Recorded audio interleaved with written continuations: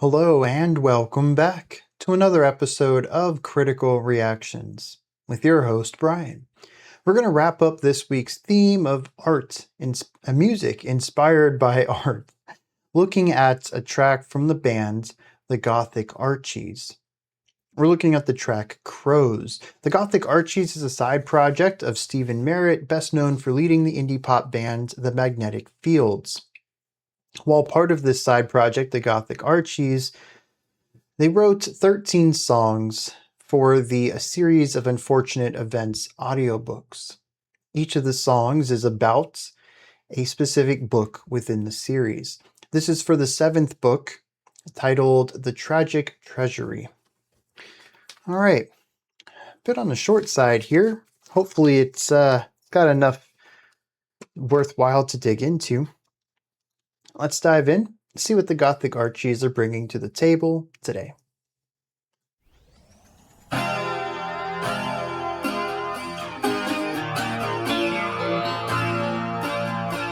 It gets dark around here early because of all the crows. What they want and where they came from, no one really knows. Crows are sour and surly, with reason I suppose. Fairly dreary sound overall. Crows in the trees, saying crow things, doing as they please. There are crows, Wildly deep voice. crows everywhere. But when I think of you, dear, I don't care.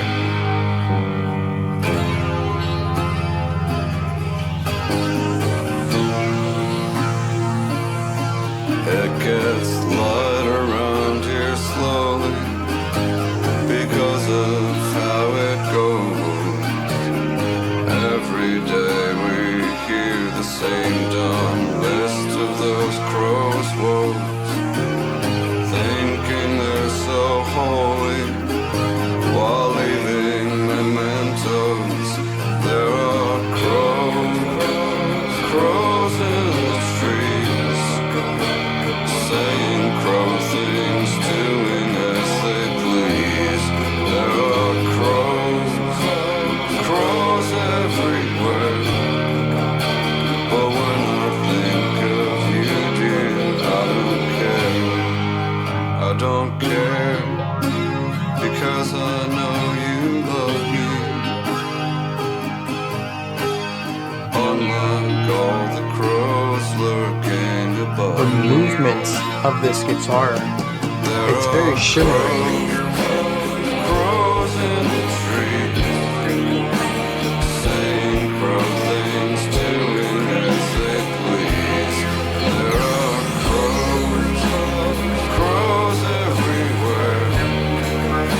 But when I think of you, dear, I don't care.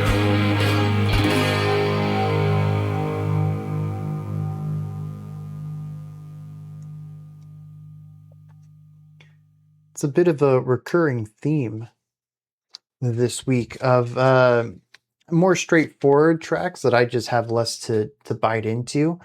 We had Rolling Stones earlier. We had what else did we have? I don't remember now.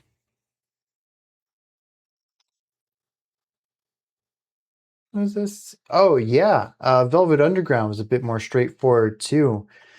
Although we did have some tech death and some progressive noisy stuff too. Though I will say that King Crimson track we kicked the week off with was fairly straightforward as well. Though at least it had a duality within it. It really has only been yesterday's track that I think has had depth to the composition, and that's just how things worked out. We've done music based on books, I think specifically in the past, which most of these still ended up being based off of books regardless, with more dynamic composition throughout the week. This one just, the community gravitated towards simpler songs for one reason or another. And that's absolutely fine. I've still enjoyed the stuff this week. just haven't really had much to bite into. Most of these videos have been a bit on the shorter side, I guess. And this one's going to be the same too. This track is the acoustic guitar and the vocalist. And that's about it. We get some secondary guitar, a bass, and the drums in what I'm going to assume is the chorus. We also get some additional vocal stuff going on. And we get an expansion of our verse idea, layering things on top of it, but we don't really change too much of that core sounds. Everything else is additive, not transformative. And so most of this track just ends up feeling rather dreary. I will say that the A section, the verse, feels lonelier where the chorus doesn't. I think a lot of that is due to the layering and more specifically the vocals that come in that surround our vocalist. It makes it feel more of a group idea, less lonely, but there is still a general dreariness to this entire track, and it's just kind of hazy. It's a gloomy day. There's no sunshine. That's what this track feels like to me. There is a bit of I don't know if I'd call it anachronistic, but it's an oddity of pairing sound to sound.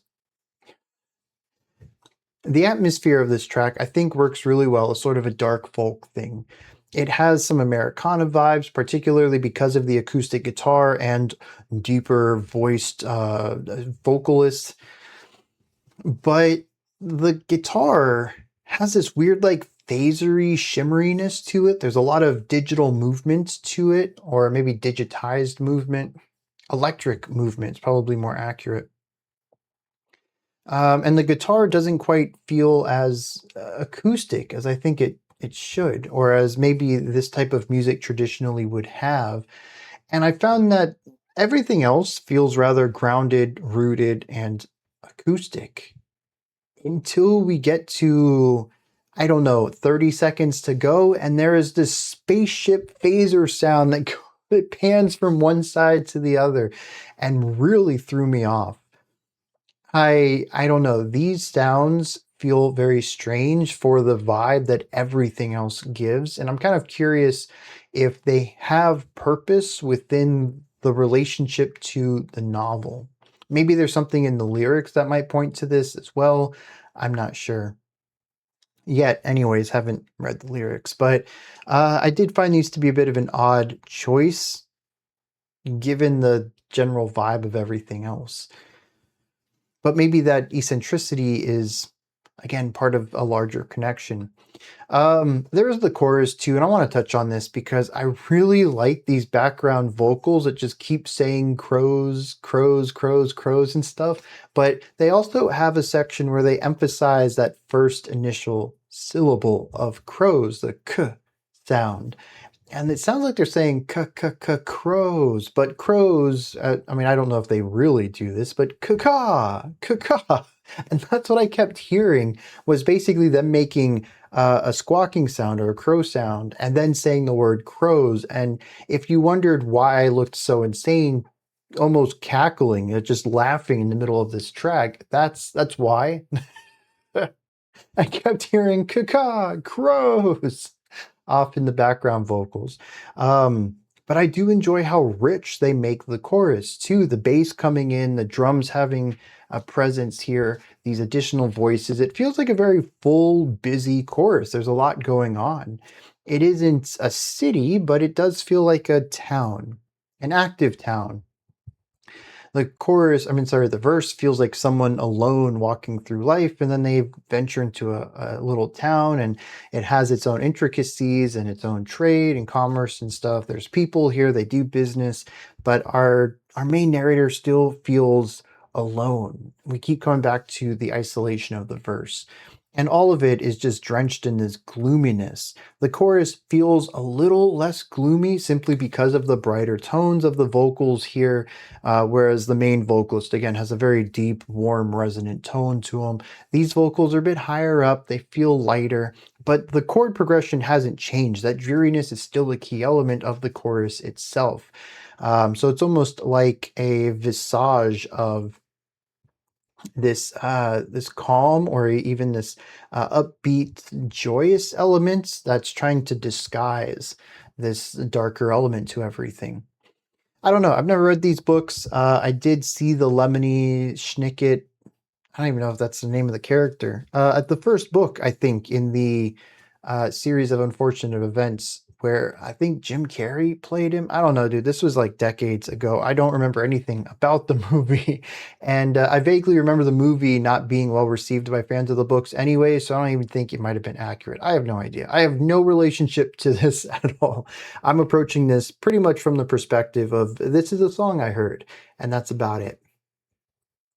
Um, yeah, we have the verse and the chorus, and that's pretty much the song. So let's dive into some lyrics on this one and see what's going on. All right, one quick adjustment. I had mentioned that this book was, what did I call it? The Tragic Treasury. And that's actually the album that collects all of these tracks. The book that this track is for the Vile Village. Now, this village apparently has crows all over the place, and everyone just kind of accepts that. Says it gets dark around here early because of all the crows. What they want and where they came from, no one really knows. But, as the chorus says, there are crows in the trees saying crow things, doing as they please. There are crows everywhere. Just seems to be the way things go. Verse 2 says it gets light around here slowly because of how it goes. Every day we hear the same dumb list of all those crows' woes, thinking they're so holy while leaving mementos. And that's pretty much the entirety of the song there. There's crows that hover around this village, and the people there just kind of accept it. It's the way things go. It just stays dark around here. And that's it. The crows do whatever they want. There is one line here. It says, "When I think of you, dear, I don't care." This comes after saying that there's crows everywhere. I am going to wager I need to know characters and motivations and relationships in order to understand that line because it makes no sense to me. But that's it. That's the whole song. A town with crows, and the crows do whatever they want. And you know, I think the crows casting a dark light on the town fits the dreary vibe of the song fairly well. And it is presumably a small town. I can't think of a lot of crows casting shadows onto a city. That would require a lot of crows. So I am thinking more of a smaller village here, which fits the smaller, folkier vibes in the music.